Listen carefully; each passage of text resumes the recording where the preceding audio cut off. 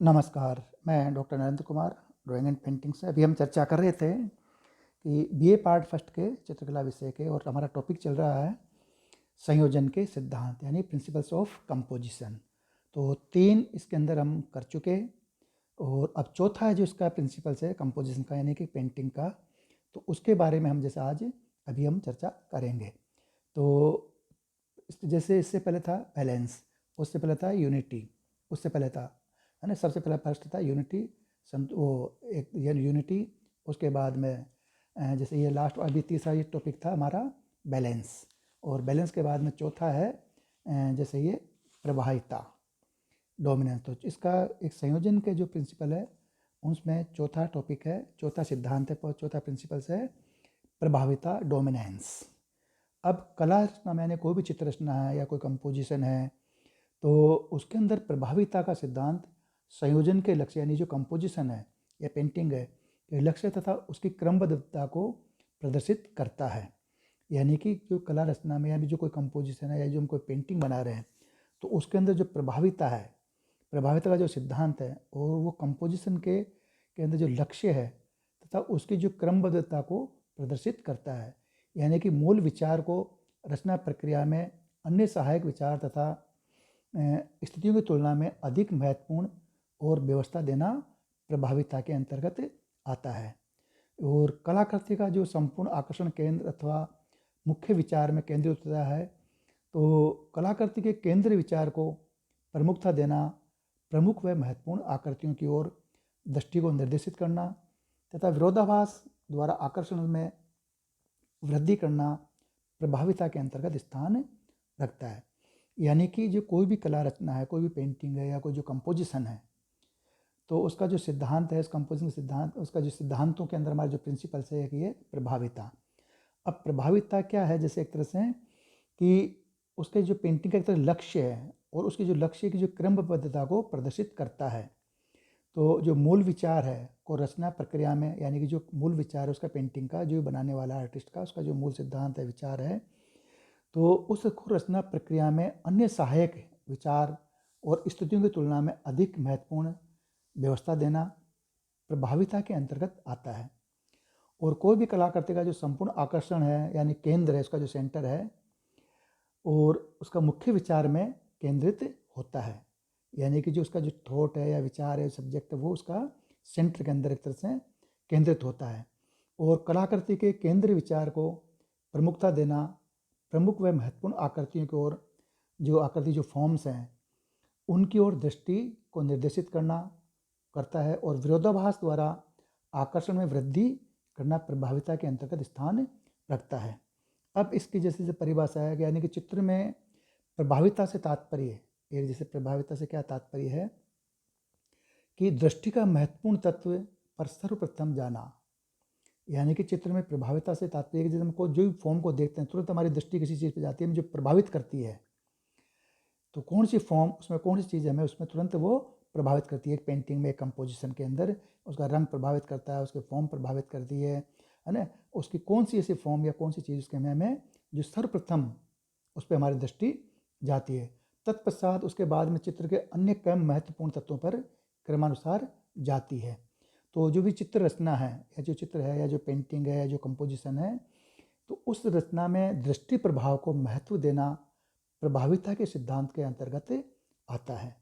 यानी कि कोई भी जो पेंटिंग है, यानी कि जो हम कंपोजिशन बना रहे हैं, तो कंपोजिशन का मतलब हमारा पेंटिंग है, यहाँ पे चित्र है या रचना है। अब वो उस रचना के अंदर अगर किसी दर्शक की सबसे पहले जो दृष्टि किस पे चीज़ पे जाती है, अब वो कौन सी फॉर्म पे जाती है, किसी बड़ी फॉर्म पे जाती है, छोटी फॉर्म पे जाती है, उसके कलर्स पे जाती है, तो उसकी जो फॉर्म पे फर्स्ट पहले जो रचना जाती है, तो वो हमें एक तरह से प्रभावित करती है। वो एक तरह से हमारे प्रभाविता के सिद्धांत के अंतर्गत वो चीज़ आती है। और उसके बाद में जैसे मान लो उसके जो कम महत्व की जो चीज़ें हैं उनके ऊपर दृष्टि जाती है। तो इस तरह से पूरी पेंटिंग के ऊपर हमारी जो दृष्टि जाती है, तो उसके अंदर जो सबसे ज़्यादा जो प्रभावित करती है, यानी स्टार्टिंग फर्स्ट इंप्रेशन जिसको कह सकते हैं हमें, तो प्रथम दृष्टि के अंदर ही जो चीज़ हमें, या जो दर्शक को, एक आर्टिस्ट को, या जो कला के विद्यार्थी को उसमें कला में या दर्शक को नज़र आती है, तो वो जो दृष्टि प्रभाव है उसको महत्व देना प्रभाविता के सिद्धांत के अंतर्गत आता है। यानी कि दृष्टि का महत्वपूर्ण तत्व पर सर्वप्रथम जाना, तत्पश्चात चित्र के अन्य कम महत्वपूर्ण तत्वों पर क्रमानुसार यानी क्रम से जाना, चित्र रचना में दृष्टि प्रभाव को महत्व देना प्रभाविता के सिद्धांत के अंतर्गत आता है। अब जैसे प्रत्येक रचना यानी कि प्रत्येक जो पेंटिंग है, कंपोजिशन है, में एक से अधिक तत्वों का होना स्वाभाविक है। तत्व तो होंगे होंगे क्योंकि बिना सारे तत्वों के पेंटिंग कंप्लीट नहीं होगी। तो प्रत्येक रचना में एक से अधिक तत्वों का, जिसके अंदर मान लो रेखा भी है, रेखा तो स्टार्टिंग है, उसके बिना किसी चीज़ का प्रारंभ नहीं हो सकता। रेखा है, फिर उसके बाद फॉर्म है, रूप है, फिर है कलर्स है ना। तो रेखा, रूप, वर्ण, फिर टोन है, फिर टेक्सचर्स है, फिर स्पेसेस है, स्पेस है ना। तो उन सब का होना अत्यंत आवश्यक है। लेकिन प्रत्येक रचना में अधिक तत्वों का होना स्वाभाविक है, परंतु वे सभी प्रमुख विचार को आकर्षित कर रहे हों, यह अत्यंत आवश्यक है। यानी कि जो भी कला के तत्व हैं, वो सभी तत्व मिलकर एक प्रमुख जो रचना है उसके अंदर, जिस पे हमारी तुरंत दृष्टि जाती है, तो उसको उसके अनुसार जैसे उस दृष्टि जाती है, उसके ऊपर जैसे प्रत्येक रचना के अंदर तत्वों का स्वाभाविक है, परंतु वे सब एक ही प्रमुख विचार को पोषित कर रहे हों, यह अत्यंत आवश्यक है। यानी जो सारे तत्व मिलकर हमारा जो एक थॉट है उस पर, जिस पर प्रथम दृष्टि जाती है, तो ये उसको जैसे मान लो जो हाईलाइट कर रही है, उसको पोषित कर रही है, तो वो अत्यंत आवश्यक है। और प्रत्येक सफल कलाकृति में, यानी कि जो प्रत्येक जो श्रेष्ठ कृति है, जो सफल कलाकृति है, पेंटिंग्स हैं, में एक ही आकर्षण केंद्र होना चाहिए, जहाँ पे जाते दृष्टि उसकी देखने वाले दर्शक की रुकी रहे कि हाँ ये क्या चीज़ है, उसका आनंद की अनुभूति होती रहे। तो प्रत्येक सफल कलाकृति में एक ही आकर्षण केंद्र होना चाहिए, जो तत्व दृष्टि को इस केंद्र की ओर इंगित करे, वही श्रेष्ठ है। यानी कि जो तत्व दृष्टि को इस केंद्र की ओर इंगित करे और वही श्रेष्ठ है। अन्य तत्वों को जो दृष्टि को केंद्र से विमुख करे, यानी कि भटकाए, तो उन्हें गौण कर देना चाहिए। उदाहरण के लिए जैसे एक मानवाकृति है, यानी कि जो फिगर है, मानवाकृति है, तो मानवाकृति के मुख यानी जो फेस है, यानी उसका जो आदमी है उसके आकृति है, उस आकृति का जो फेस है, तथा आकृति समूह के अंतर्गत प्रमुख आकृति, यानी जैसे अजंता के चित्र है, बोधिसत्व है, बोधिसत्व जो पद्म पाणि है, और जहाँ आकृति समूह में प्रमुख आकृति बोधिसत्व की है और अन्य आकृतियों को गौण कर दिया गया है, यह एक तरह से प्रभाविता का सर्वश्रेष्ठ उदाहरण कहा जा सकता है। तो इसके बारे में जैसे मैं बताया कि जो प्रभाविता का जो सबसे श्रेष्ठ उदाहरण है, तो हमारी अजंता की जो पेंटिंग्स के अंदर है, तो अजंता की पेंटिंग के अंदर जो एक टॉपिक पेंटिंग है, बोधिसत्व पद्म पाणि, तो इसके अंदर क्या है कि जैसे जो प्रमुख आकृति है अजंता के चित्र की है, तो इसमें जो पद्म बोधिसत्व हैं वो प्रमुख रूप से आगे हैं, बड़े हैं, और हाथ में फूल जो एक वो हाथ में दिखाया गया है। तो जो बोधिसत्व पद्म पाणि है, जहाँ आकृति समूह में, तो क्योंकि इनकी प्रमुख आकृति है और इन प्रमुख आकृति होने की वजह से बोधिसत्व की है, और अन्य जो इसके पीछे की जो दूसरी आकृतियाँ हैं वो एकदम हल्की और छोटी मुद्रा में दिखाई गई है। तो उन पे आकर्षण एकदम से आदमी की जो दृष्टि है वो उन पे बाद में जाती है, और सबसे पहले जो जाती है दृष्टि हो जाती है बोधिसत्व जो पद्म पाणि आकृति है उस पर। तो ये एक तरह से आकृतियाँ, और बाकी जो उनके पीछे की आकृतियाँ, छोटी आकृतियाँ हैं और चीज़ें हैं, वो सब आकृतियाँ गौण कर दी गई है जैसे। तो ये एक तरह से अजंता का जो प्रभाविता का सर्वश्रेष्ठ उदाहरण कहा जा सकता है, बोधिसत्व पद्म पाणि, जिसके अंतर्गत आकृति हमें तुरंत आकर्षित करती है। अब जैसे उद्देश्य कि यानी जो प्रभाविता है, उस प्रभाविता के एक पेंटिंग में क्या उद्देश्य होने चाहिए। तो प्रभाविता के सिद्धांत के 3 मुख्य उद्देश्य हैं। यानी कि एक प्रभाविता है तो उसके सिद्धांत के 3 उद्देश्य हैं। पहला है कि एक रास्ता को समाप्त करना तथा विविधता द्वारा आकर्षण में वृद्धि करना। यानी कि जो प्रभाविता है उसका सबसे जो पहला पॉइंट है, यानी कि जो उद्देश्य है, जो पहला उद्देश्य है कि पेंटिंग में या चित्र में एक रास्ता, यानी कि जो एक समान एक ही रस के द्वारा एक रास्ता या एक फॉर्म को उसको समाप्त करना, और विविधता यानी विविधता द्वारा यानी विविध फॉर्म्स कह सकते हैं, विविध कलर्स टोन्स कह सकते हैं, है ना, विभिन्न आकृतियाँ कह सकते हैं। तो विविधता द्वारा आकर्षण में वृद्धि करना होता है पहला उद्देश्य। दूसरा उद्देश्य है इसका कि चित्रित आकृतियों के रूप को सहजता प्रदान करना चाहिए। यानी कि जो भी आकृतियाँ हैं, आकृति जो फॉर्म्स हैं, उनको सहजता प्रदान करना चाहिए, क्योंकि दृष्टि सदैव महत्वपूर्ण आकृतियों की ओर ही केंद्रित रहती है।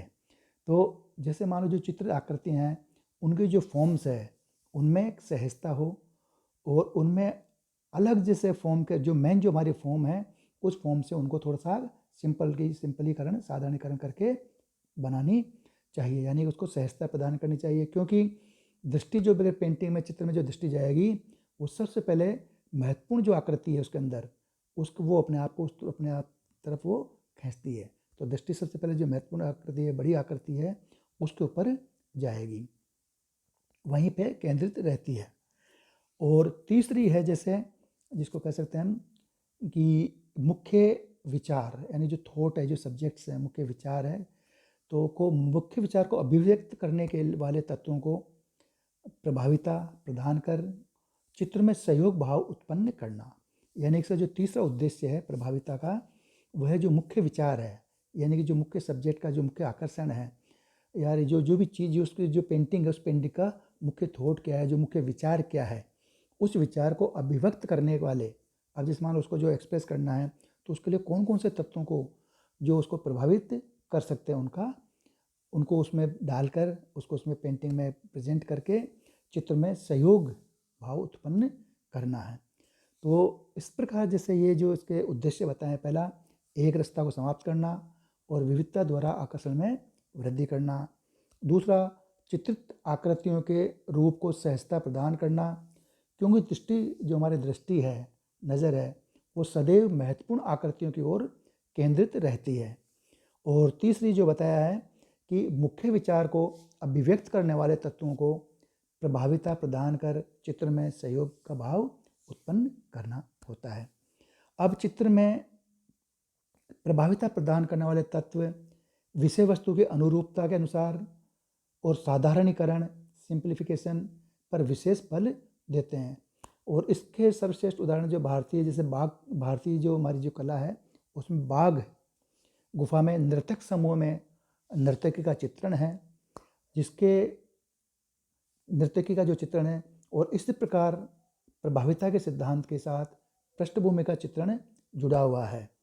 तो इस पृष्ठभूमि को मुख्य आकृति से अधिक महत्वपूर्ण नहीं बनाया जाना चाहिए, यानी कि जो चित्र की पृष्ठभूमि है, बैकग्राउंड है, उसको जो मुख्य आकृति है उससे ज़्यादा आकर्षण नहीं बनाया जाना चाहिए, नहीं तो जो मेन आकृति है, जो मुख्य आकर्षण है, वो गौण हो जाएगा, वो पीछे हो जाएगा।